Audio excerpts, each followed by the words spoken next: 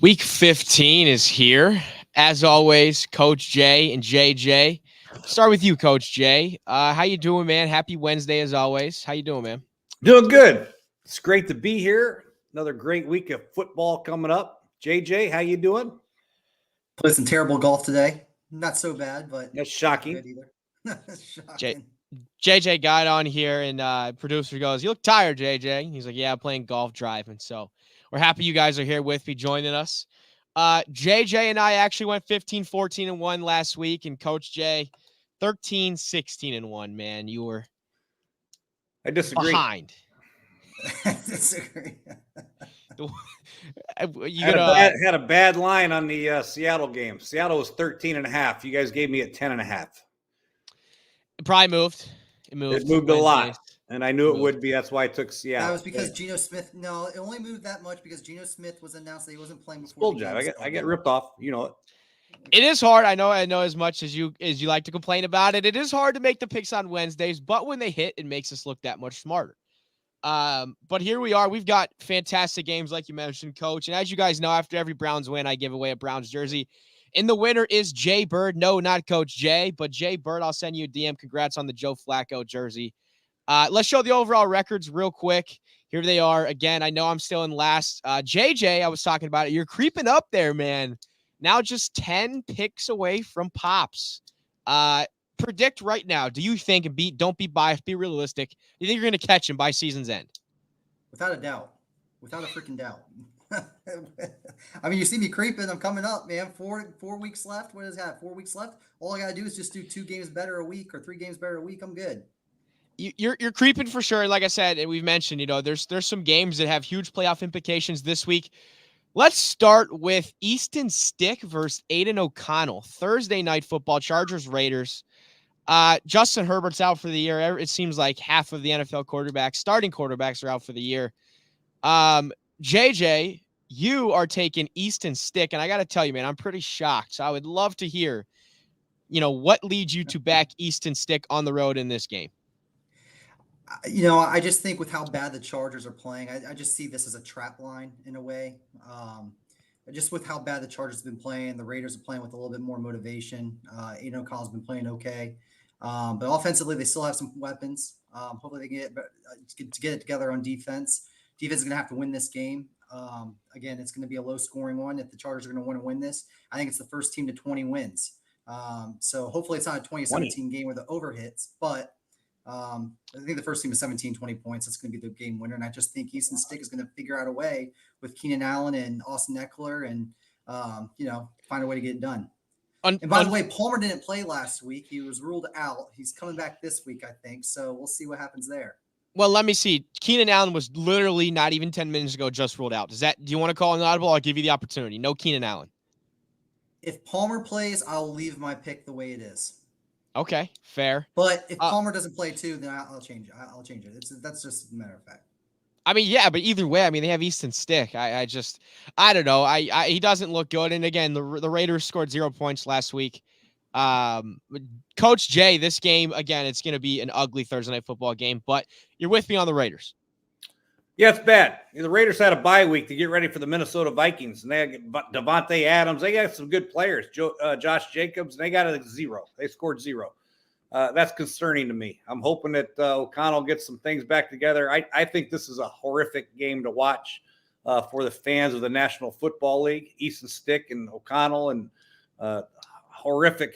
It's going to be bad, but I think Josh Jacobs will be the key. I think the Raiders got to get back to what they can do well, and that is hand the ball off to Josh Jacobs, and hopefully he can get some things going. They eat up some clock, and they win the game 10-6. By the way, JJ, you remember last week I told you that my play of the week was Raiders +3? They lost 3-0 to the Vikings, so it ended up voiding and pushing. So I got lucky there. That game was just ugly, and now Josh Jacobs finds his way to the bench in Minnesota. And the next game happens to be the Vikings versus the Bengals. And I'm taking the Vikings in this game. Look, the Bengals are hot. Jake Browning looks out of this world good. He is leading several categories in passing in the last several weeks. Jamar Chase ankle injury actually came up as questionable. He'll probably play. They did say Justin Jefferson told the media today that he's playing. But I just think in the games, the way they've gone with all these backup quarterbacks, they've been high scoring more times than not. And this is a big game. Both teams are still, I know the Bengals are more of a long shot than the Vikings, but they're both in there for a playoff spot, JJ. So thoughts on the way you see this game going overall? I know you're on the Bengals, but it does just feel like a weird game considering both are still fighting for playoff spots with backup quarterbacks. Again, I'm just riding the wave, man. I'm riding the wave with Browning and what he's been doing, able to do in offense. I mean, a couple of his touchdown passes were like 40-yard screen passes. One to Joe Mixon, the other one just set him up for a touchdown pass with Chase Brown. But I just like the way the Bengals are playing. I think that they will get it together on defense this week against a backup quarterback. I think who is it? Nate Mullins, I believe, is starting for Minnesota this week. But he's been around. He's been starting a little bit. But again, I think the Bengals are in a good position right now. I think they're going to keep the momentum going. Coach Jay, do you agree? And do you think that Nick Mullins gives the Vikings a better chance to win than Josh Dobbs? I do like Nick Mullins, Southern Miss quarterback coming out. I thought he was a pretty good player. He's been around the league a little bit, but I can't bet against the Bengals again. I've done 2 weeks in a row and they've won both games. So I'm going to go with Jake Browning and his supporting cast, which is very good. And I think that the Cincinnati defense, Lou Amarulo, will get these guys going and playing a little bit better, slow down the Minnesota Viking offense. I'm worried Justin Jefferson will play better, but I think this will be a better game than people expect. I think the Bengals will come out on top. Yeah, Bengals fans beware. Every time Coach Jay gets his hands on a Bengals game, whatever he bets, I'm over with the Bengals, so I think the Bengal fans will probably want me to take Minnesota. Yes. These are Saturday games too, by the way.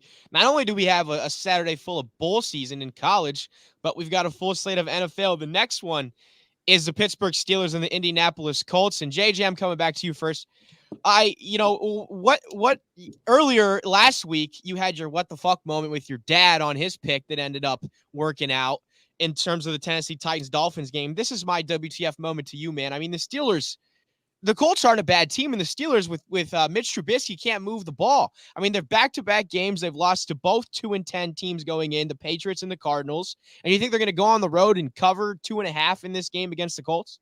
That's what it says. Yes, I do. I do think that they're going to cover 2.5 against the Colts, and they're going to win outright too. I mean, it's just my opinion, and this is crazy too because I mean, we just talked about 3 different games, 6 different teams, and they're all playing with backup quarterbacks from what they start from the end of the season. I want to know how many backup quarterbacks are playing throughout the league because I think this number is the highest it's ever been. 54. But that's a different topic for another day. But for this one, I just think the Steelers defense is going to be really good. Gardner Minshew had a lot of problems early on against the Bengals. He did kind of come out strong towards the end, but then the Bengals did pull away in the second half. But I just think the Steelers defense is going to come out alive. I think Mitch Trubisky finds a way. The Indianapolis Colts defense hasn't looked good too the last couple of weeks. So I think Mitch Trubisky is going to find a way to put some points up on the board. Defense is going to come together for Pittsburgh. I think the season's going to come to fruition a little bit for the Colts. I don't think they're a playoff team, and this is the game that they don't win and miss out on the playoffs, basically.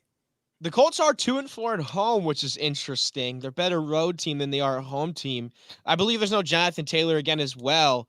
I keep seeing jersey swaps from Steelers fans. I've seen Justin Fields in the Steelers jersey. I've seen multiple other quarterbacks in a Steelers jersey. Coach Jay, thoughts on the Steelers with Mitch Trubisky, the Medina, Ohio native, and just, Menor, and how's it looking? Again, these teams are both right there in the playoff picture in the AFC, but I could see a team like the Bills, obviously better than both, coming and catching one of those spots. It's a big game for playoff implications, but at the end of the day, I think both could find themselves out of it once the season comes to an end. I agree 100%. Neither one of these teams are playing very well right now. And this is the time of year where you have to start playing your best football, not hang on for dear life and try to sneak into the playoffs. You want your best football, your best foot forward playing right now. And neither one of these teams are doing that. Pittsburgh's offense is atrocious. We know that. Mitch Trubisky struggled. Their pass protection is not very good. Their receivers, they run routes occasionally. Sometimes they don't. They don't block very well. The running game is not very good. I like the Colts because they have a physical style play on offense. They struggled last week, obviously, against Cincinnati, but I think Gardner Minshew's got a little toughness to him. He'll make some plays outside the pocket. They'll get the ball to Zach Moss, and I think the Colts come out on top. Both of these teams are AFC teams, so I want to ask you, Coach, is there a clear-cut favorite for you as far as the best team, top to bottom in the AFC? I think there is a clear number one, and they happen to be the number one seed in the AFC right now, but do you see it that way as well, or do you think that there's a couple teams? I really don't. I think Kansas City, Baltimore, Miami. I think if Buffalo gets in, you talk about them because of Josh Allen. So I think there's 4, 5, 6 teams that can do it. What do you make of Miami losing last week? I know we're going to get to them later. Obviously, every team loses bad games. But again, I talked about this a couple of weeks ago with you guys, and obviously I think JJ and I got into it as well, is like they still haven't beaten a good team. And it looks like when Tariq Hill, I mean, again, he's the reason that their offense is high flying. And again, not to take away anything from Tua, but when he went down, their offense, I mean, it was a train wreck without Tariq Hill. So what do you make of that loss and the Miami Dolphins? Because it seems like a huge talking point around the league. Well, Mike McDaniel's a genius. You know, when Tyreek Hill plays, when he doesn't play, he can't get a first down. So Yeah. it's about the plays, not about the players. They need those guys to play. I was more concerned about the defense for Miami. I thought they had turned the corner defensively. The last 5 games, they had played very good when Jalen Ramsey came back. I mean, very stout. And then they let Tennessee go down back-to-back drives for touchdowns without any pressure on the quarterback, really. And that's my biggest concern moving forward. But I still think Miami is up there with Baltimore, Kansas City as possible winners of the AFC. See, I would just put them in that second tier, JJ, because again, I mean, they've had cupcake wins. They're 9-4, right? And again, same thing similar to the Lions in the NFC, right? It's like they don't have a ton of fantastic wins on their schedule. The 2 really good teams they play, they got boat raced by. What are your thoughts, JJ? Because again, I worry that the Dolphins, are going to be a team that gets in and they might get embarrassed in round 1, if not round 2. Yeah, I don't know if they're going to get embarrassed. I think Tyreek Hill's going to come back. I mean, he came back in He'll the play. game as like a smoke screen. So, I mean, what? He's fine. He came No, back. He'll play. My point was just Yeah, I mean, when he gets hurt, he doesn't look good, and then when they play good teams, they get the brakes blown off him like Buffalo. yeah, but we'll have to see. We'll have to cross that bridge when we get there. I mean, they've only played a couple good teams, right, all year. I mean, those were their only losses, really. I mean, they're they lost 0-3 against teams Titans. above biggest 500. concern is they lost 3 linemen. All right, their center's out for the year, and they had 2 other linemen didn't start. They got to get those guys back because if they don't protect Tua, they have no chance. And I agree. When Tua is protected and everything's good, he can see, man, he can let it rip and let it fly. But when that pocket gets a little muddy for Tua because he's not very big, he can't see, and he's not very athletic like a lot of these mobile quarterbacks. They have major issues. That's the issue with Miami. Yeah, their offensive line is in a world of hurt right now. It's funny, I have some Dolphins fans. I'm trying to pull up this tweet that I did find about the Dolphins. Here it is. They've lost 9 consecutive games to teams with winning records dating back to even last year. So it's a concern. And again, they're a good football team, but it is a concern. And I'm excited to see how that team performs in the playoffs because they do have the weapons. And if Tariq Hill, continues to put up MVP numbers, then I mean, they're going to score on offense no matter what. The defense concerns me, like you mentioned, Coach Jay, and then the offensive line. So it's going to be a fun team to watch as the season goes down the stretch. Next game to close out the Saturday slate is the Broncos at the Lions. The Broncos, JJ, are red hot. They were on a 5-game winning streak before losing to the Texans, and they beat the Chargers. I know Herbert went down. You're on the Lions, JJ, but again, they just lost to the Bears. Jared Goff is putting together a couple games in a row where he looks like he's struggling a little bit. Does Jared Goff concern you at all, JJ? He does, yeah, he does. But I just think this game going into Denver, I believe they played in LA last, so there's a back-to-back road game for Denver at the end of the day. I just think at home for Detroit, this is a good time for them to get ready and get things back on track. Again, the mediocre offense still. I don't believe in the offense for Denver. I mean, they scored a late touchdown to Troutman on a little play design that they had late in the game. They padded up the score just a little bit on there. I don't know offensively. Hopefully defensively for the Lions anyway, because they've been looking bad on defense too. They get together, but I think playing at home is going to help this team. And I think that at the end of the day, Detroit pulls it out. So I'm going with the Lions here. The Lions are due to get back C.J. Gardner-Johnson here pretty soon, and then another key piece on the defensive line, which should help them out. But Coach Jay, you're on the Denver Broncos, who have won 6 of their last 7. Do they win outright, do you think, or do they just cover that +4? I think they win outright. I think Detroit's got some issues right now protecting Goff. I don't think they're as physical as they were when they started the year. And in the last 2 out of 3 games they've lost, they've turned the ball over 6 times in those 2 losses. And Denver is creating a lot of turnovers defensively. They have turned the corner on defense. I like what they're doing. Sutton on offense is a human highlight film right now. Russell Wilson's not making a lot of mistakes. He's throwing a lot of checkdowns. I get it. Jerry Jeudy's not a big impact. Adam Troutman, you talked about JJ. He's not a big impact guy. They're going to run the ball, and they're going to get Sutton in the red zone and make some plays. And I like what Denver's doing on defense, creating turnovers. They're tackling. And I think Jared Goff will turn the ball over a couple times, and Denver wins the game. Do you think Sean Payton is a strong and real candidate for Coach of the Year if they find a way? Because, again, I know you guys probably remember, but to start the year, they were 0-3. They were like 1-5, I believe, or something like that. And if they turn it around after getting destroyed by the Dolphins and end up sneaking in the playoffs, you think he's got a real shot at Coach of the Year? He does. He does. I think if DeMeco Ryans can win the AFC South, he'll get it, or North, whatever it is. There's a couple candidates. I think the last 4 weeks will tell a lot about who's going to have an opportunity to win Coach of the Year and who's not. But there's a lot of viable options out there for sure. Yeah, there's some fantastic matchups down the stretch. Let's get to the Sunday slate of Week 15, Bears at Browns. And, guys, look, you cannot call me biased because the Broncos, when the Browns played the Broncos and then the Rams, I took both of those teams.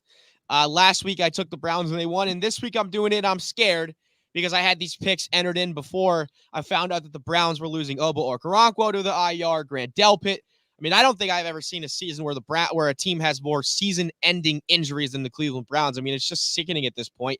And the Bears are sneaky good. I tweeted this out earlier in the week. They've won 3 of their last 4.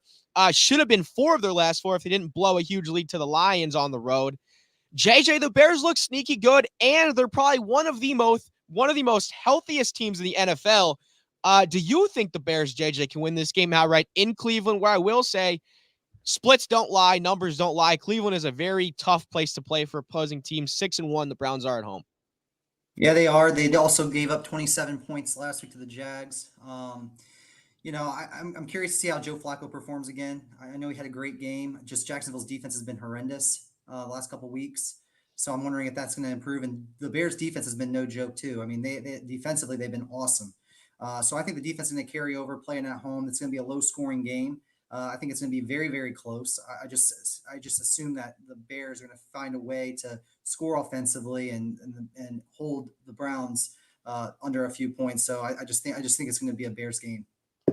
Jay, what do you make of the Browns seemingly dropping like flies, and every day is a new guy going to the season-ending injury list? Thoughts on that and then this game? What happens? It's pro football. I know my last year coaching, we had 36 guys on IR. Year before that, like 40. It happens. And it's very difficult to keep these guys healthy. And the teams that do stay healthy are the teams that are going to advance. The teams that don't stay healthy are the ones that are going to go home early. And I love the way the Bears play defense. Matt Eberflus deserves a lot of credit for keeping this team together. He's rallying the troops, and he's playing great. They're number 1 or number 2 against the run right now. They're playing very good football on both sides of the ball. Justin Fields doing enough. He's not exactly a guy that's going to put up 35 or 40 points, but he can hurt you with his legs. If he protects the football, I think Chicago wins this game outright. Do you think it has anything to do with the early bye week? The Browns were one of the victims of the early bye. They had a week 5. I think that has anything to do with these guys now having to go down the gauntlet towards the end of the season where you don't have a week off? I don't know. I mean, I wish I knew the answer to keeping guys healthy. You practice. Sometimes they say if you practice too light, then they get hurt. If you practice too hard, they get hurt. So I don't know what the right formula was. I could never figure it out, unfortunately. That's why I'm here. And it's just it's luck of the draw. I mean, we had so many different injuries in what we had: hamstrings, we had shoulders, we had necks, we had concussions, we had ankles, we had feet, we had plantar fasciitis. I mean, turf toe, everything. So I wish I could tell you the answer. I just can't. Yeah, I mean, and it's not just the Browns. Obviously, it seems like there were lists is longer than others, and it is. But I mean, there's injuries all across the board, especially the quarterback position. So hopefully something happens, and next year there's not as much because everybody wants to see as many guys as possible on the field, obviously. Next game on the slate, let's keep rolling here. Jets at Dolphins. Jay, I'm coming right back to you here. The Jets surprised us, and I know JJ thought we were nuts last week for taking them against the Texans, and they ended up putting an ass whooping on those guys, 30-6, I believe. I know CJ Stroud left the game late in the 4th with a concussion injury.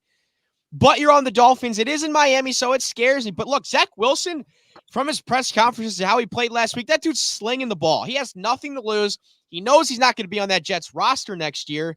And they seem like a team. They're not going to make the playoffs. They have 8 losses. There's just no way in a crowded AFC. But they look like a team where Zach Wilson's going to have to go out and prove something to try and make a team next year or get traded or whatever the case is. And they seem like a scary football team right now, Jay. Scary to who? I mean, Zach Wilson looked light years better than he did. Texans. They beat Houston. And I like Houston and all that stuff. That's the first one they've had in forever. I was going to say, you've been scary at all. Their offense is horrible. They had a couple good flat routes, a couple pick flats, whatever it was. They scored a couple times.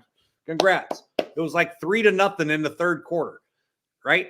Zach Wilson was 27 for 36, 300 yards and 2 touchdowns. I mean, he looked more loose because he knows that the Bryce Hall for 50. Way to go.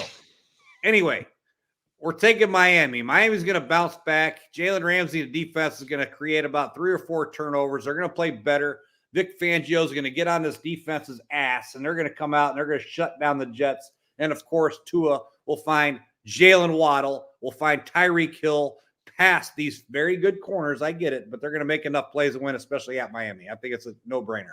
Yeah, because the Dolphins the Jets are supposed to take care of a Dolphins team that just blew a 14-point lead with 3 minutes left to the Tennessee Titans. JJ, you're on my side for Christ's sake. Talk me off the ledge and talk your dad down a little bit about the Jets covering in this game. This is an interesting line at the end of the day. I mean, the Dolphins just played the Jets a couple weeks ago with one of the worst beats ever in the history of mankind on the under because of a Hail Mary return for 109 yards at the half that caused the over to hit at the end of the day. But that's a story for another day. But it's a weird line just because when the Dolphins played in New York, they were 9.5-point favorites. Now they're playing in Miami. They're only 8.5-point favorites. I don't know if it's the injury to Tyreek. I don't know if it's just because of the way they played or if they just lost to Tennessee. It's just a weird line to me. And honestly, this could be a game where the New York Jets win outright. I think there's going to be a lot of people out there that think that the Jets or think that the Dolphins are going to bounce back in a big way just because of their last loss, just like my pop said. But people are going to hammer that side in survivor pools. They're going to buy this down to 2.5 and some teasers and everything. But just based on that line alone, I feel like the Jets have this game in a covering standpoint in the bag. So I'm going to go with Zach Wilson. I'm going to go with the hot hand. And he's got a little momentum behind him too with the whole trade talks this past off week. And I think they're going to find a way to get the job done. Coach Jay, you were just talking about that offensive line for the Dolphins. The Jets' front four is pretty good. Their defense all around is pretty good. I mean, yeah, I just contradicted myself, and I forgot about the 3 offensive linemen that are hurt for the Dolphins. That'll hurt. But I'm hoping I might have to change mine to the under. I think I have the over, but I think it might be like 27-3 final score. 27-3. Jeez. JJ thinks they're going to win outright. They have a shot. Coach thinks 27-3. That one's going to be fun to keep an eye on. Next game on the slate. Let's keep rolling here. Bucks at Packers. I am a prisoner of the moment on the Green Bay Packers. I jumped the gun. I was all over Jordan Love. Then they go and lose to Tommy DeVito and Saquon Barkley and the New York Giants, who are playing better, and Tommy DeVito's playing pretty good. But Coach Jay, right back at you, man. What happened last week to the Green Bay Packers, and what did you see last week that makes you think that they're going to cover 3.5 against a Buccaneers team that's fighting for winning their division, coming off a big win? These are not very good teams. Green Bay, I mean, Joe Barry has to figure out how to stop the run. They're giving up 6.1 yards a carry to Tommy DeVito and the New York Giants. I mean, that's unheard of. So I hope that we can stop Baker Mayfield, who's not a running quarterback. DeVito killed him with the run with his legs outside the pocket. Baker Mayfield should not hurt them that bad. Rashad White's a good back, but they're not known for running the football. Green Bay's always been able to play good pass defense. Mike Evans was held to 1 catch last week, so I think that we have a chance to shut these guys down a little bit, and I think Green Bay gets the win in I think a pretty good game, but I think Jordan Love gets back on track because I think the Tampa Bay secondary is weak. If they have a weakness on defense, it's their secondary. And I think Dubes and company, hopefully Watson comes back this week and Jordan Love gets back on track and Green Bay hits it. JJ, I know you talked about the underdog potentially winning in the last game we talked about, but this is a game where I think the Buccaneers could go into Green Bay and win this one outright. Thoughts on that take? Yeah, they very well could. It's going to be an interesting one. Baker's playing for that NFC South title. They're right now in the lead. They're the 4 seed. As bad as they are record-wise, they're still the 4th seed, and they're going to hold on to that. Not sure really where the Packers are. Defensively, I think they're going to do good. But I don't know. I think going into Green Bay, they're going to limit Jordan Love still. I love Mike Evans. What he's done this season is great too. I mean, no one really talks about that. People were hammering this guy before the season started on his under props, 950 yards, and it's going there. But I think it's gonna be low scoring. I love when away teams go in and win games. Typically, the under usually hits most of the time, and this is one where I can see like a 23-14 game right around there. But the Bucks, I think, can win it close to double digits. I agree. It's funny you mentioned Mike Evans because I'm going to ask, the whole panel, either of you guys, this question. Feel free to jump in. Off the top of your head, you probably don't have somebody that comes to mind as far as the most underrated player in the entire football league, but I think, JJ, it might be Mike Evans. Seriously. I like Mike Evans. Yeah, I mean, I think this season proves it because everyone doubted him. Even with Yep. Baker Mayfield coming in at quarterback, people did not think he was going to do well. There was a lot of people on my timeline and talking about Mike Evans not going over his passing, receiving yards, even though he's surpassed 1,000 yards every season that he's been in so far, and he continues to do that. And he's healthy. He stays healthy. He's reliable at the end of the day. I mean, he's a good receiver to have, good weapon, big guy, and yeah, I agree with you. Yeah, I mean, he's having a monster season, and like you mentioned with Baker Mayfield. The next game on the schedule on Sunday, Texans and Titans. This line is weird, and JJ, I'm coming right back to you because you're all about weird and fishy and trap lines. I took the Tennessee Titans because I loved what they did last week coming back. Will Levis showed a lot of guts and character, and DeAndre Hopkins. Everybody said that guy was washed too and wrote him off. I mean, he's a stud. In the Texans, I know they're banged up. CJ Stroud's in concussion protocol, so I'm sure that's why this line is where it is. And Coach Jay, I would imagine I'll come to you next, but if he doesn't play, I would imagine you're going to flip-flop. But JJ, what the Titans are doing, I know they're 5-8, but I what are your thoughts on this line? Because again, I just thought it was kind of weird off the jumping off the paper. What was that final score of that Titans game? Did they only win by 2 points? The Dolphins game, they won by 28-27. At the end of the half, I don't know if you guys remember, but DeAndre Hopkins had a clear pass interference call that was not called against him. It was an offensive pass interference. He drove down the DB on him, and he made a miraculous catch, but they ended up only getting a field goal out of it on the 4-yard line. I don't know. That was a good game that they won. Yeah, all well and great. But again, I just like Derrick Henry this week. I think Derrick Henry's going to have a monster week. I think he's going to run the ball. They're going to run down their throat.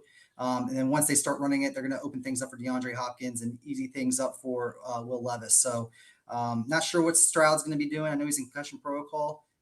He might still be flustered after that. Big game. I think Mike Vrabel is going to get the better of D'Amico Ryans this week and, move up in the standings there for the Titans. Jay, did you think this line was weird at all? Texans on the road, +3? Yeah, I think so a little bit, but this is tough without CJ. I don't know if CJ is going to play or not, and I might flip-flop if he doesn't play. I don't even know who the backup is for Houston. Who is the backup for Houston? Is it Davis Mills? Davis Mills. I'll take Davis Mills. I'll stick with him. I like him. He played some good games last year. So, yeah, I think Houston bounces back in a big way. Tennessee obviously had a very emotional win coming back. They're in Miami. It's emotional. It's Monday Night Football. They got to fly back to Tennessee. It's going to be, Tuesday night, Monday, Wednesday, get back to work Thursday. I think mentally, Houston's got a lot more to play for. And I think Houston comes out, D'Amico Ryans to get that team ready to go. And I think CJ or Davis will have a good game. And we know Tank Dell's out for the year, but Nico Collins got banged up. He's questionable. So Noah Brown's healthy, at least he's back. But after that, it gets kind of sketchy. And if Davis Mills were to go down, if he had to play, Mr. All Reliable Case Keenum is their third string in. Let's go. I love Case. I'm going to double down on Houston then. If Davis Mills goes down and CJ Stroud doesn't play, it will be Case Keenum. He's the third string. So yeah, it's going to be a weird game, and it's a great point you mentioned, Coach. It's just the travel and the motion. So another good one to keep an eye on here as we keep going on the schedule. Next game up, Chiefs and Patriots. The Chiefs have questions on offense. Don't get me wrong. We finally saw Patrick Mahomes. It's just funny, right? A call finally doesn't go his way. He cries like a baby. You need to get him a pacifier. He's yelling at the refs. His wife's posting IG reels and stories saying MVP is the refs in the game. Kadarius Toney needs to learn how to line up on sides. It was 4 times in the game he was off sides. We're bitching, we're crying, we're complaining. It was a great play by Travis Kelce, but just line up on sides. Seriously, it is baffling with, we've seen it. How many calls the Chiefs get For Patrick Mahomes to act like that after one goes against him when he was clearly offsides, it's ludicrous, Coach. And I'm sorry I'm going on a little rant because Patrick Mahomes is damn good, but it's ludicrous, and I find it very annoying that he does that after one bad call, Coach Jay. Good call, actually. It was a good call. It was a terrible call. I coached for 15, 16 years in the NFL. I've never had that call ever. Did you see the screenshot? He was offsides. You want to look at it again and look where the first down is and look where the yard marker is to gain. He's literally on the line. So I disagree with the entire process of what happened in that call. I don't agree with it. Whatever. So there's no advantage to the call. I mean, the referee can look over there if he's got a big toe that's across the line, so be it. But you don't make that call with a minute to go to game. Maybe in a second quarter, on 2nd and 9 from your own 25-yard line, throw the flag. Hey, back up. That's offsides. But he wasn't offsides, in my opinion. You guys can argue, and I may be an idiot, but I don't think you make that call at that time. So, Grant.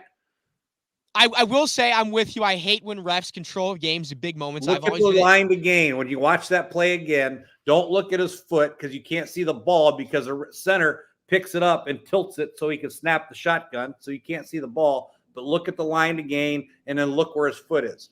It's literally on the one yard past. It's exactly where it should be, in my opinion. But, I could be wrong. I'll have to look at it again. Either way, I'm going to try to pull it up real quick, and we can show it if I get a minute. But go ahead and explain why you're on the New England Patriots. I'm on New England because Kansas City has major issues at wideout. I mean, if you can't throw the ball to a wide receiver, you have problems. And Bill Belichick always knows how to take away their number one guy, which is Travis Kelce. So somebody's going to have to step up and make a play. And I don't see who it's going to be. Valdez-Scantling, I don't see it. So I think it's going to be a closer game than people think. Everybody thinks, it's Kansas City. And until they figure out another weapon somewhere, maybe it's Jerick McKinnon. Maybe Pacheco comes back, and maybe they get that run game going again. But I just can't play Kansas City minus 9 points until I see somebody that it can emerge a receiver that can make some plays. JJ, obviously you're on the Chiefs, but I mean, they're got to be hungry to get a win. I mean, they're fired up clearly after what happened last week. You think they win by double digits? Oh, I think this is going to be a track meet. This is like one of those Washington and Miami Dolphin games. I think it's going to be a blowout. I don't think the Patriots are going to score. I think they probably only put up 3 points. Bradley Zappi looked good last week, JJ, didn't he? Who? Didn't Zappi? He looked good last week. He did.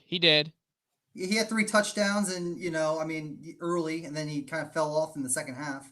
But, I mean, I guess he was like game managing. But, yeah, he did all right. But, no, but at the end of the day, I mean, the Kansas City Chiefs defense is good. We talked about how good their defense is. They haven't really lost anybody. Snead's playing at a Pro Bowl level. He's playing really well. Then you got, Chris Evans and all those guys. I mean, they got a good team overall, right? So, I mean, I said it last week. If they beat the Bills, they're going to run the table. They have an easy schedule coming up. They got 4 games left. They got Oakland again. They got LA Chargers with the Eastern Stick. They got the Patriots, and I believe they got someone else who they can beat pretty good. And if they can win out, they can get some momentum. This is where they get some momentum, and they're fired up from the call last week.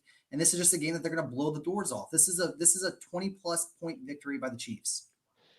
All right, Jim. I think I got it in here. Scroll down if you can on this page right here. There it is. See if we can show that. Coach, you can't see the line to gain. Look where the marker is, though. It is right there. He looks off. I mean, again, I'm a spectator, but he looks offsides. I mean, Kadarius Toney's helmet. Von Miller should be offsides too, because Von Miller's helmet is past Kadarius Toney's, so that should be. Is it though? Stupid. Don't make that call. Back up. If you're Toney, just back up. Like, he pointed at the ref before the play. I mean, come on.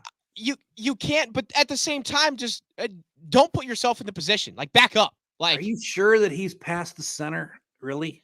I mean, his helmet might not be, but his foot is clearly past the center. Not past the center. JJ, it just looks. When, you you guys are acting like he lined up 5 yards downfield. I mean, you're talking about an inch. Stupid. You don't make that call ever. I told you I've been coaching 17 years. I've never had that call made before in my life. I've never seen it. Doesn't make any sense. But can't And Tony for just guys back? that stood up for that call to be right, I don't understand it. That call should not be made in that situation. And Patrick Mahomes coming off of it, oh, I'm sorry. Bullshit. Bull. You don't make that call there. I don't care. But can't Tony just back up so he's not even? It's not even a question. Like It's not a question because his helmet's behind where the ball's at. So, you coach, so you obviously know more than me. I don't no, I know. don't, because everybody agrees with you, Why Grant. don't I'm the why only don't they- one on the other side of this. Why don't they blow Everybody that play agrees dead with right then you. and there? I'm the only one. Why don't they just blow that play dead right then and there? I mean, your offside is typically a false start that stops the offensive play. They don't run it through and see what happens and see if the defense makes a play. Shut up, JJ. That's I just Chip. don't know why they don't just call it dead. Same with like illegal shifts and all that. Like, why even run out the play? I mean, it's just weird, contradictory. Yeah, so I was talking to Jim. He said, "Do you agree with Coach or do you agree with?" Our producer agrees with you, Coach Jay.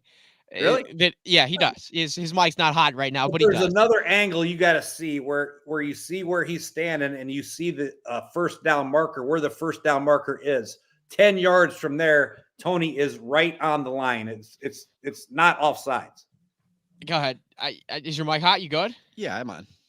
What do you think? You're with Coach. It's so close that I agree. You don't make that call at the end of the game. It should have been made earlier because he was offside earlier in the game too. Say he lined up the exact same way and it didn't get called, but you call it with a minute left. That is a point. That is a point I agree with. I do. Yeah. He was offside supposedly 4 or 5 times before that, the way he lines up. So as an offensive coach, if you're on the ball, you always tell your guys crowd and get as much as you can of the ball, gain yourself a little bit of advantage. And if the referee tells you to back up, you back up, but you just keep doing it and you try to get as much as you can. And that's the way it is. I think he was too close to where, again, it just didn't make sense. But at the end of the day, flag, Grant, if you're the referee, would you have thrown the flag? It's I mean, if you're offside, no, you would not have thrown the flag. If you're offside, you're a referee in basketball, you wouldn't have thrown the flag either. It's like calling palming with yeah, that's true. Tie game with 120 to 120, and LeBron James has a ball at the top of the key, palming. What's worse? Probably might have been palming, but you're not going to call it. It's fair. It's definitely very fair. What's worse is the play was incredible. Like for Travis Kelce to do that was just out of this world. I don't care if it was incomplete. It could have been a pick six. You don't throw that flag there. It sucks. I appreciate you chiming in and getting that pulled up for us. Let's keep rolling. Next game on the Sunday slate: Giants at Saints. Tommy DeVito's cooking. JJ, you're fading Tommy DeVito and those New York Giants with the Saints and the banged up Derek Carr and company at home. JJ, I can't stand Tommy DeVito. I know everyone's on Tommy Cutlets. Can't Why? stand him. Why? I don't know. I don't know what it is. Something about him bothers me. It's just it is. Do it, coach. I can't stand it. I really can't. Mainly because I had the under in the game probably on Monday night, but I don't know why. I just don't like the guy. I think there's just too much going on with him. But Saints got to keep alive in the NFC South. They got to win this ball game. They're still in the playoff hunt for that NFC South title. I think their defense is going to be good. They're going to hold them. They played well last week. I think they build off of that. Again, 6 points Saints. They were 5.5 point favorites last week. When you ever see them 5.5 point favorites against the Panthers? Here we go. So, Coach Jay, give it to us, man. I can't even get in there. Talk to us about Tommy Cutlets. Tommy Cutlets. I mean, you got to believe. I mean, this guy's winning games. He's tough. He's running the football. He's making some key throws. Now he'll miss some throws every now and then, but when you have a quarterback that competes like this and has had some success the last couple of weeks, all of a sudden the receivers run harder. The linemen block better. The defensive linemen come off the ball harder. The linebackers play better. The secondary covers better. They all play better around them. And I think that's what the New York Giants are doing. And they're actually not mathematically out of the playoff race. I think the Giants are going to actually win this game outright. I am not sold on New Orleans at all. I think New Orleans is not a very good offensive football team. Their offensive line is not good. They got no tight end. They got one receiver, really. They don't know how to play Taysom Hill or Derek Carr, what they're doing. And defensively, they have been below average for the skill that they have. So I'm taking the New York Giants not only cover, but to win this ball game. JJ, what do you think about that? Not as good as my Jets call, but it's pretty good, pretty ballsy. So I mean, yeah, he was a UDFA, right? Tommy DeVito, he was a UDFA, right? Undrafted Yep. free agent. It's bizarre. I mean, the numbers he's putting up are out of this world. And JJ, I'm disappointed in you, man. You're just a hater right now. All right, He hating went on the nowhere. whole. I I've mean, never how hated about him? anybody. He had over 100 yards of total offense. You got Saquon. I mean, they're fun. He had 3 total passing yards in the first quarter. I think he came alive JJ, in the last couple few. JJ, What? he's been on fire, dude. He had 3 passing yards in the first quarter, and when he played against the Cowboys, he had like 82. I mean, Well, I'm they just lost saying. that I mean, game. I After don't. that Cowboy I game, don't they've done pretty well, understand. JJ. It's He's getting to more to experience. each He's one's getting own. more confidence. Football's about experience and confidence, and he's got both of them going right now. A little bit more experience and a hell of a lot of confidence. He's I got tell you his what, agent missing his dad. I mean, a lot of stuff going on with Tommy DeVito. I like it. yeah, a little cheek kiss with his dad in the stands. Yeah. I mean, how many games did Daniel Jones win, for Christ's sake? Tommy DeVito's got to be close already. He just won 2 games. I don't know. But I'm disappointed in the hate, JJ. And now I hope that the Giants win even more. I'm with Jay. I'm with Coach now. They're going to win outright. Let's keep moving. Let's keep rolling here. Falcons and Panthers. JJ, look, yeah, you might be catching some more strays from your dad here. I mean, we're taking the what are they now? 1-11, 1-12, 1-12 Carolina Panthers to cover on the road or at home, excuse me. Coach Jay, I see you throwing your hands up. What is are we crazy for taking the Panthers to cover here? Why would you take the Panthers? Don't get me started on why would you do this? Because 2 weeks ago you said I'm not a big Atlanta Falcon fan either, but the Panthers can't do anything. I mean, they don't run the ball, they don't throw the ball very well. It's like I don't understand. Defensively, they're struggling. So, what part of Carolina's game do you say, "Whoo, let me take the Panthers +3"? I think it's a weird line. I just think it's a very, very strange line. I think it should be 4.5, 5 for the Falcons, even though they're on the road. I mean, Ritter played decent last week. They played a pretty good game against Tampa. That game went down to the wire, right? Tampa scored on the last minute of the game to win that game. I know it was at Atlanta, but that was a competitive football game. Carolina's not been competitive since I don't know when, and Atlanta's got to win this game. And Ritter's playing better, and Bijan's still there, and the defense is playing pretty good red zone. I don't know. I thought this was a weird line. I thought this was easy. The reason I'm taking the Panthers is because I refuse to believe they're going to go 1-16, and the remaining schedule is Falcons, Packers, Jags, Bucks.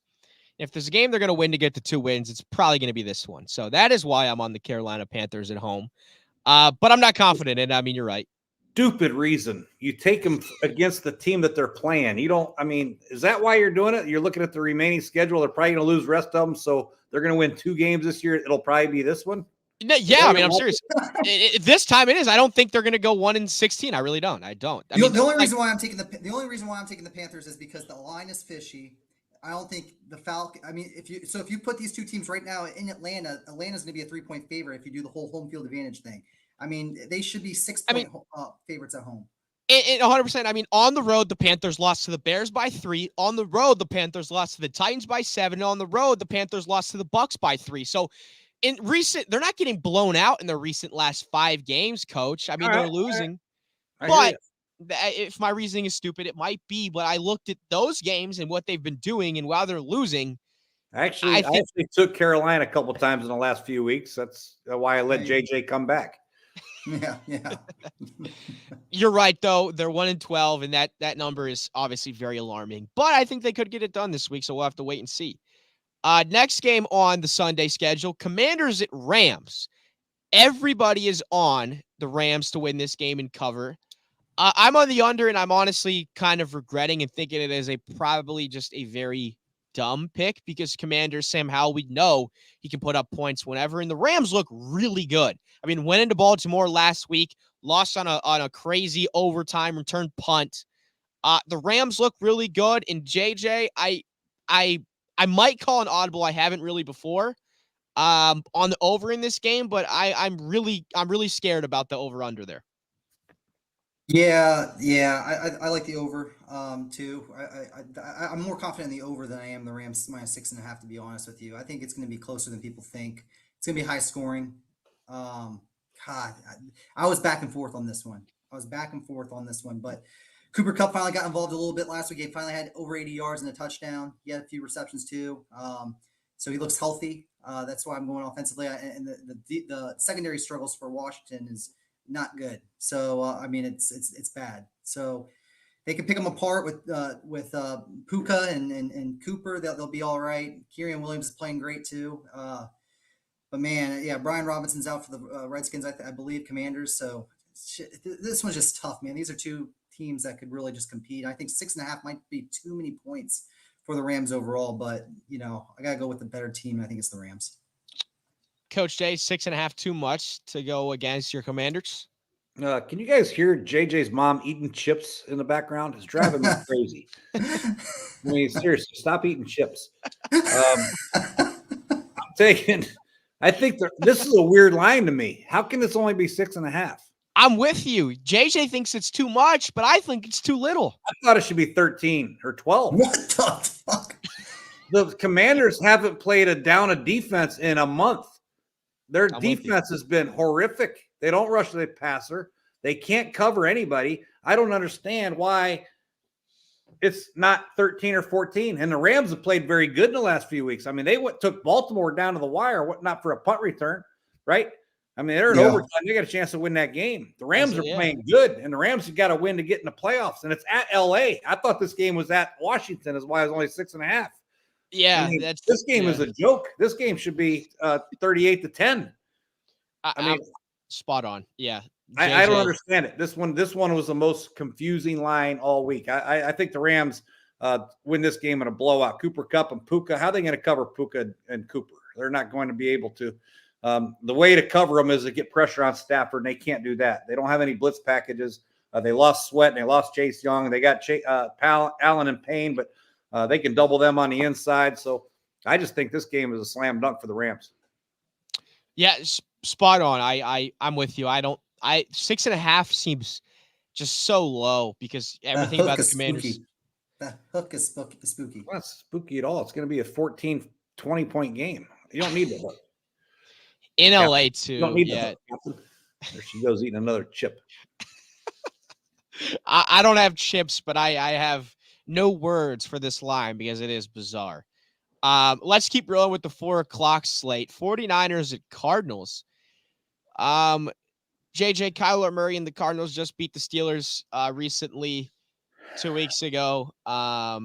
What are we doing with the 49ers look like the best team of football, JJ. And I mean, 13.5 is a lot of points. It is in Arizona, but again, man, like the 49ers are clicking on all cylinders. Deebo Samuel looks unguardable. They have CMC who runs for 70 yards every other play. George Kittle, Brandon Ayuk, Brock Purdy. I mean, God, I know I hated on him, but he is right there in the MVP race. I mean, where are we getting Cardinals plus 13.5, man? Coming off a bye, Kyler Murray playing. He's been there the last couple games. He's played pretty well. Back-to-back divisional games, too, for San Fran. I think it's going to be tough. Second time playing Arizona. Arizona plays teams good at home. They play them tough. They already beat the Dallas Cowboys earlier this year at home. It just, it's hard. I feel like, I mean, I don't know personally, but I feel like it's hard for teams to put together back-to-back 10-plus point victories in the NFL. I mean, these are pro football players we're still talking about at the end of the day. So high-scoring game. I think Cardinals find a way to backdoor cover this, possibly always be in the ball game outright throughout the whole game. And I think it's going to be closer than people think on this one. I think it's going to be decided within a touchdown. I'm sorry. Did you say that it is hard for teams to put together back-to-back 10-point wins? Is that what you said? Yeah. 49ers put 3 of those together beginning of the year, and then they put 5 or 6 together a couple weeks ago. 5 or 6. So they've won 5 or 6 straight games over 10 points. Yeah, they beat the Jags 34-3, Bucks 27-14, Seahawks 31-13, Eagles 42-19, Seahawks 28-16. I mean, they're actually on a play good football. They're actually They're actually on a goddamn streak of beating teams by 10 plus for 5 straight weeks. So, if for the 49ers, it's clearly not that hard, Coach Jay. JJ, man, get your facts straight. Right, JJ? Come on, you're better than that. You're better than that. I actually think this game could be a little closer. Maybe I think it's going to be a close game for about 3 quarters. I think there'll be a little bit of up and down action. And then the San Francisco 49ers pull away at the end and win by 20-25. So, yeah, I think San Francisco's too overpowering right now. They don't have a weakness on offense. If they're struggling throwing the ball, they can hand it off. If they're struggling running the ball, they can throw it. So and they play good special teams and they play good defense. And I think their pass rush will get Kyler Murray in trouble. They have good speed at the defensive ends, which I like. Chase Young and Bosa, they can run him down when he gets outside the pocket. Linebackers are fast. So, yeah, I think this is going to be a pretty easy one for the Niners. Not to drag you too much on that take, JJ, but of the San Francisco 49ers 10 wins, 9 of them come by 10 or more. 9 of them. So, again, you're right. I mean, it is in Arizona, but I don't know. The 49ers are different. When they win, they beat the brakes off teams. And they're fighting for the 1 seed. If they get up on you, it's hard to come back because their pass rush is so good, right? So if it's a known passing situation, Arizona can't block them. The only chance they have is to keep it close for 3 quarters and then, whatever. But it's not good. It's not going to be close. I tell you what, though, I do love Kyler Murray to Trey McBride. Trey McBride is a fantastic young tight end, and I think Trey McBride is a good player. Yeah, he's very good, and I'm excited to see what they do going forward. But let's keep rolling. Let's see if we can get this one, JJ. Cowboys at Bills. This is an interesting. And again, like the Bills have to keep winning football games. They have no choice. They dug themselves in a hole. They're 7-6. Is it weird, JJ, that the Bills are favorites in this football game? No, just because we know the defense or the struggles that Dallas has when they play pretty good teams on the road, and that was the only scary part for it. And the reason why I'm leaning Dallas more so is just because I think Dak gets over that hump this week and continues, to lead the NFC, as the 1 seed. But it's a weird game. It's a weird game. It was really tough to call, and I was just like looking. I mean, just last week, remember I told you the Bills are minus 500 to miss the playoffs. And I still think that has a lot to do with, I still don't think they make the playoffs. I probably got cut in half. Maybe now they're minus 200 or minus 150 to miss. But I mean, I just think that Dallas finds a way to figure it out and win. The good thing here is both teams, like I know we just said it, but they need it. And now the Cowboys especially do because they just did beat the Philadelphia Eagles and they're fighting for that 1 seed. But Jay, where are you at with this one? This will be a great game. I really think it's going to be a great game. And I think it's 2 heavyweight quarterbacks doing battle. I think Buffalo's defense is starting to play a little bit better. At Buffalo, Bills Mafia, a little chill in the air in Buffalo. I think this is going to be awesome. I think Josh Allen is a monster, and I think he overcomes the pass rush of Dallas and makes some plays. And it's going to be a close game. I don't think it's going to be as high scoring as people think. 50.5 is a lot of points. And I think there's going to be some punts and some tough downs, some red zone stops and all that, field goals. But I think Josh Allen and the Bills get it done. And I think they do make the playoffs, JJ. Forget your money line and forget your prediction. The Bills, when they make the playoffs, they are dangerous with this guy, Josh Allen, at quarterback. I think you got a thing for Josh Allen, Coach. I think Josh Allen's a stud, man. I really do. I mean, this guy's a big 6'5.5", 250-pound monster that I would not want to play if I was in the playoffs and I'm like a 4 seed, 3 seed. Okay, here's your game. You got Buffalo. Damn it. Yeah, he's scary, but again, they dug themselves a hole. And I mean, no, he could turn the ball over. I could see this game going ugly for Dallas in Dallas's favor if they turn the ball over, obviously. And Dallas is playing at ultra high level, and Dak is playing unbelievable out of his mind. This is gonna be a great game. I'm excited to watch it. Yeah, I just think that at the end of the day, I mean, Josh Allen leads the league in turnovers since 2018 in interceptions. So that's the only knock is just so many. I mean, you're not wrong, Coach. I know I love to talk about the interceptions, but he's special when he's on. He's hard to beat, no doubt. Big game. 2 more left that are also big games on the slate for Week 15. Ravens at Jaguars. And I thought this was interesting, and I can't wait for the next game that we cover because I'll give you guys a spoiler. I know you haven't seen all the picks yet, but we're all in agreement on the next 2 games, and I find that really weird and scary. Let's start with Ravens and Jaguars. Everyone's on the Jaguars to cover. Coach Jay, I'm coming right back to you. Rapid fire. Rationale behind the Jaguars to cover against a Ravens team that looks like the best and most complete team in the AFC. This is a tough one for me. I flip-flop. This is back-to-back primetime games for the Jaguars. I think they come out and play better. Maybe the lights were too bright on Monday night for them when they lost that game. And I think tonight, Sunday night, I think they play a little bit better. So I'm taking the Jacksonville Jaguars. I'm hoping defensively they get things together. I think everything points to Baltimore winning this game easily because Jacksonville's defense has been terrible. Baltimore's got a good defense. They got Lamar Jackson and Zay Flowers is playing awesome. Jacksonville's offense is struggling. Something's weird about this line as well. So I'm taking Jacksonville to come out big. Evan Ingram has some plays, and obviously ETM gets going, and hopefully Kirk plays. I don't know if he's out for the year or whatever, but Kirk.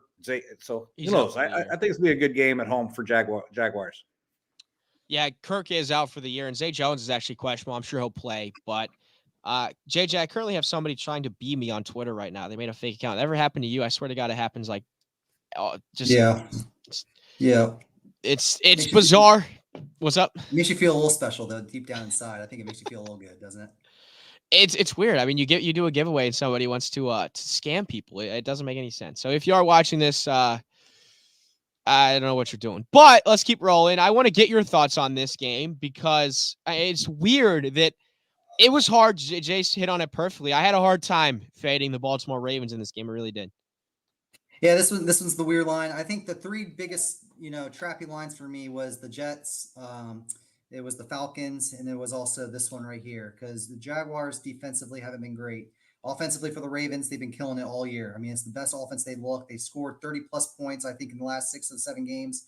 Offense has been playing great. Odell's been getting involved.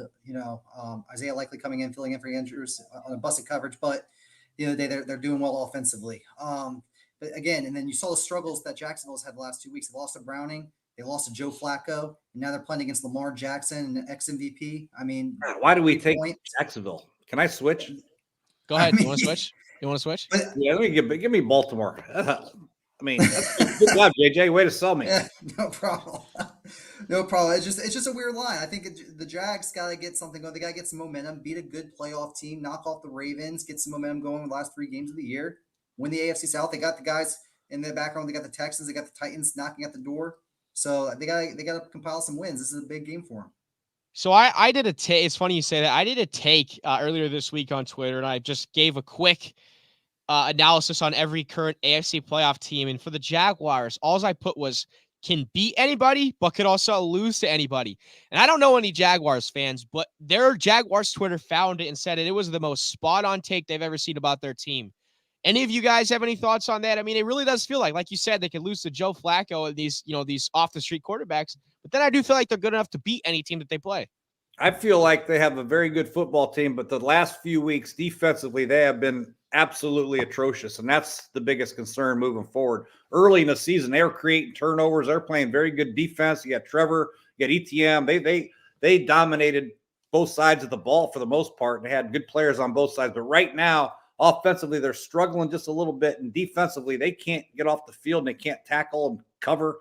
So that's a big concern for me moving forward. But you're right. They have the ability to beat anybody, and they've also shown the ability to lose anybody. One more game on the slate, and we'll get out of here. Eagles at Seahawks. And again, I am scared shitless that we're all on the Seattle Seahawks. So, Coach Jay, you asked us why we were on the Jacksonville Jaguars. Why are we all on the Seattle Seahawks in this game against the Eagles? I know the Eagles are struggling a little bit, but why? Eagles secondary is atrocious right now. They have major issues. Darius Slay, they got one safety. They got Byard from Tennessee. He's okay, but the other nickel corners and the corners, Bradbury and Ricks and Riggs, they're not good. And Seattle can hit you a lot of different ways. Smith and Jigba, Tyler Lockett, DK Metcalf. They have 2 or 3 decent tight ends. I don't know if Geno's going to play or not, but Drew Lock is still functional in that offense. They can run the ball. I think this is going to be a track meet. It's going to be a high-scoring game, and I think Seattle comes out on top. Yeah, I like Drew Lock as well as a backup option. JJ, are you concerned that we're all on the Seahawks in this game? Seattle's a tough place to play prime time, but they are the Philadelphia Eagles. Yeah, I'm pinning this pick only if Geno plays. That's the only way I go with Seattle, and that's what my pick is behind it. The Philadelphia Eagles secondary has been awful this year with the players that they have and the points that they're letting up through the air and the yards that they're letting up through the air is really bad with Bradbury and Slay. And I mean, it's just not they haven't been good defending the pass. And with DK Metcalf, Tyler Lockett, they got Kenneth Walker coming back too. That's a big pickup. But yeah, it's in Seattle. People are thinking that the Philadelphia Eagles might bounce back here, but it's going to be tough for them. It's going to be tough for them. It's a tough place to play. So I'm going with Seattle, pending if Geno Smith plays. Should be a great primetime game to close out week 15. And I'll close with this. We've talked about it. We've had a lot of arguments about it. Coach Jay, real quick. The two front runners for MVP. Dak Prescott leads the way at plus 160. Brock Purdy plus 200. Do odds makers have it right, or should it be flip-flopped? Is Brock Purdy number one in your eyes? Should be flip-flopped. Brock Purdy should be number one. They beat Dallas 42-10.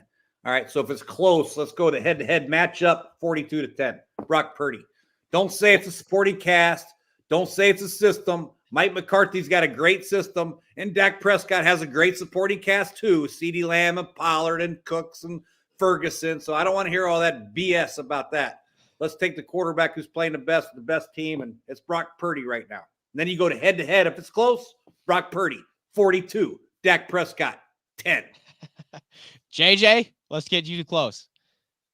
I think it all You got it right? depends on how the season finishes up. If Dallas can get that Well, one obviously, we're talking about right now, JJ.